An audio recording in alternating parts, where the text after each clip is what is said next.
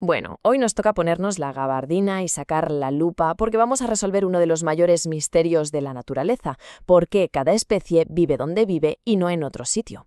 Agárrense porque esta es una historia de viajes épicos, de continentes que van a la deriva y de parientes que, vamos, ni se imaginan que lo son. La pregunta parece de broma, casi de niños, pero es que es la clave de todo. ¿Por qué ciertos animales están confinados a ciertas partes del mundo? Y ojo, no es porque no pudieran sobrevivir en otros sitios. Un oso polar en la Antártida se lo pasaría bomba. Sería un buffet libre de focas y pingüinos sin nadie que le molestara. Entonces, si podrían vivir allí perfectamente, ¿por qué no están? Aquí hay gato encerrado, está clarísimo. Y el misterio, claro, se va complicando. Si miramos el mapa de la vida, nos encontramos con pistas como esta. Grupos de especies que son familia, que están súper emparentadas, pero que viven a miles de kilómetros de distancia, con océanos de por medio. Es que es como encontrar a dos hermanos que no se conocen de nada y que han crecido cada uno en una punta del planeta. Esto no puede ser casualidad. Algo tuvo que separarlos. Vale, vamos con la primera línea de investigación. La más obvia, la que se nos ocurriría a todos. La vamos a llamar la teoría de la gran fuga. La explicación más sencilla es que los animales, se mueven. Hacen la maleta y se van a un sitio nuevo, sin más. En el argot de los científicos, a esta fuga se le llama dispersión. Es básicamente el proceso por el que una especie va expandiendo su territorio. Así que lo apuntamos en nuestra pizarra de pruebas. Sospechoso número 1, la habilidad que tiene un bicho para hacer las maletas y colonizar sitios nuevos. Y hay que reconocer que nuestro sospechoso tiene casos que lo respaldan. Hay auténticos viajeros de primera clase. Este chorlito dorado del Pacífico, por ejemplo, cría en el Ártico y luego se pasa el invierno en el sudeste asiático y en Australia. Eso es un viaje de miles de kilómetros sobrevolando el océano. Vamos, un trotamundos con más millas acumuladas que nadie. Claro que no todas las mudanzas son voluntarias. A veces, como nos enseña esta viñeta tan genial, la motivación para irse de casa es un poco más, directa. Que si hay mucha competencia, que si no hay espacio. La naturaleza ya se sabe, tiene sus propias maneras de darte un empujoncito para que te independices de una vez. La dispersión parece una explicación redonda, ¿verdad? Venga, caso cerrado.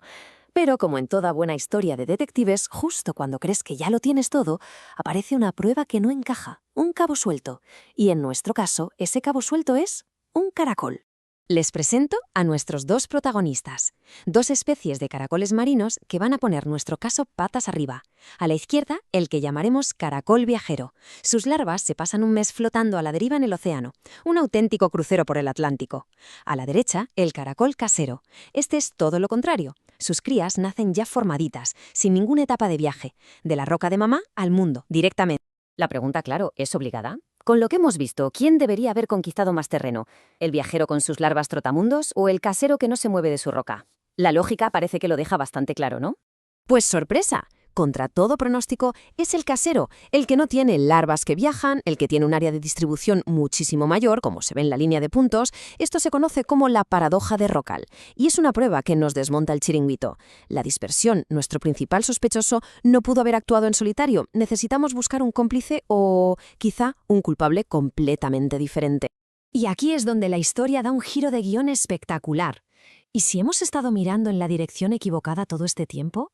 ¿Y si el misterio no está en cómo se movieron los animales, sino en cómo se movió el propio planeta bajo sus pies? Este nuevo concepto se llama vicarianza. Es un proceso mucho más pasivo. Imaginemos una población que vive tranquilamente en su territorio y de repente queda dividida por un obstáculo que no pueden cruzar, un río que se hace enorme, una montaña que empieza a crecer o a una escala mucho mayor, un continente que se parte por la mitad. Para entender esto, tenemos que viajar en el tiempo, muy, muy atrás. Hace 225 millones de años, la Tierra era muy distinta. Había un único supercontinente, Pangea, una especie de fiesta global donde todos los linajes de animales y plantas vivían juntos y revueltos. Pero la Tierra no para quieta. Pangea empezó a romperse. Los continentes comenzaron su deriva, lenta pero imparable. Y al moverse, se llevaron a sus habitantes con ellos, como si fueran pasajeros en unas balsas de tierra gigantescas, separando familias para siempre. Y así llegamos al mapa de hoy. Y de repente, todos esos puzzles que nos rompían la cabeza al principio con esas especies emparentadas y separadas por océanos, empiezan a tener todo el sentido del mundo. No es que cruzaran el mar nadando, es que el mar apareció en mitad de su salón. El gran defensor de esta idea fue un científico un poco inconformista y bastante peleón llamado Leon Crozait. Mientras todo el mundo miraba a los animales moverse, él se desgañitaba diciendo que miraran al suelo. Su famosa frase lo dice todo sobre su carácter. O los darwinianos me entierran a mí, o yo a ellos. Estaba dispuesto a todo por su teoría. Entonces, ¿quién tiene la culpa? ¿La fuga por dispersión o el secuestro por vicarianza? Pues la biogeografía moderna nos enseña que, como buenos detectives, no podemos culpar siempre al mismo. La respuesta no es una cosa o la otra. Cada caso es un mundo, y hay que analizar las pruebas para ver qué mecanismo o qué mezcla de los dos explica mejor la historia de cada grupo. A ver, vamos con las pruebas. Caso número 1, la familia del caballo. Este diagrama, que viene a ser como el árbol genealógico de la familia, nos cuenta que el clan se originó en Asia. Y desde ahí las distintas ramas se expandieron, o sea, se dispersaron, hacia Oriente Medio y África. Un ejemplo del libro de La Gran Fuga. Caso cerrado por dispersión. Y ahora, un caso de vicarianza de manual. Estos escarabajos, que no vuelan, viven en las islas norte y sur de Nueva Zelanda y están separados por el estrecho de Cook. Y no cruzaron volando, obviamente. Lo que pasó fue que, como vemos a la izquierda, hace 3 millones de años las islas estaban unidas. Luego, el nivel del mar subió, creó el estrecho y partió a la población de escarabajos en dos. Ellos no se movieron, fue el agua la que se metió por medio. Entender estas dos fuerzas, la fuga de los animales y la deriva de los continentes, es mucho más que resolver un acertijo. Es como encontrar la piedra roseta de la biología. Nos permite leer la historia de la evolución escrita en el propio mapa del mundo y así descubrir algunas de las conexiones más profundas y alucinantes del árbol de la vida. Y para terminar, un último caso que va a poner a prueba esas dotes de detective. Les presento a los sirenios. Estos gentiles gigantes marinos, como los manantíes y los dugongos, viven en aguas cálidas por todo el mundo. Parecen vacas marinas, y de hecho así se les llama muchas veces. Pero las apariencias, como vamos a ver ahora, engañan, y mucho.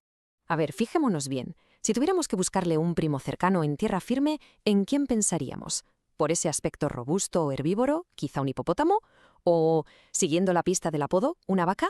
Bueno, ¿tenemos un veredicto? Vamos a ver qué dice la ciencia.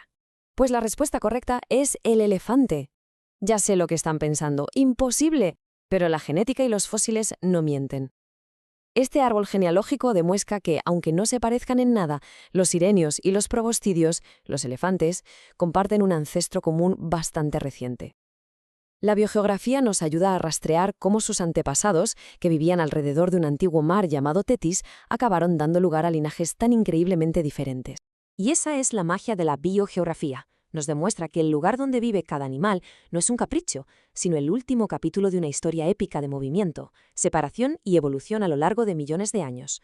Nos enseña que el mapa del mundo es, en realidad, un libro de historia, y la única pregunta que nos queda es, ¿qué otros secretos increíbles estarán escondiendo ahí fuera, a plena vista?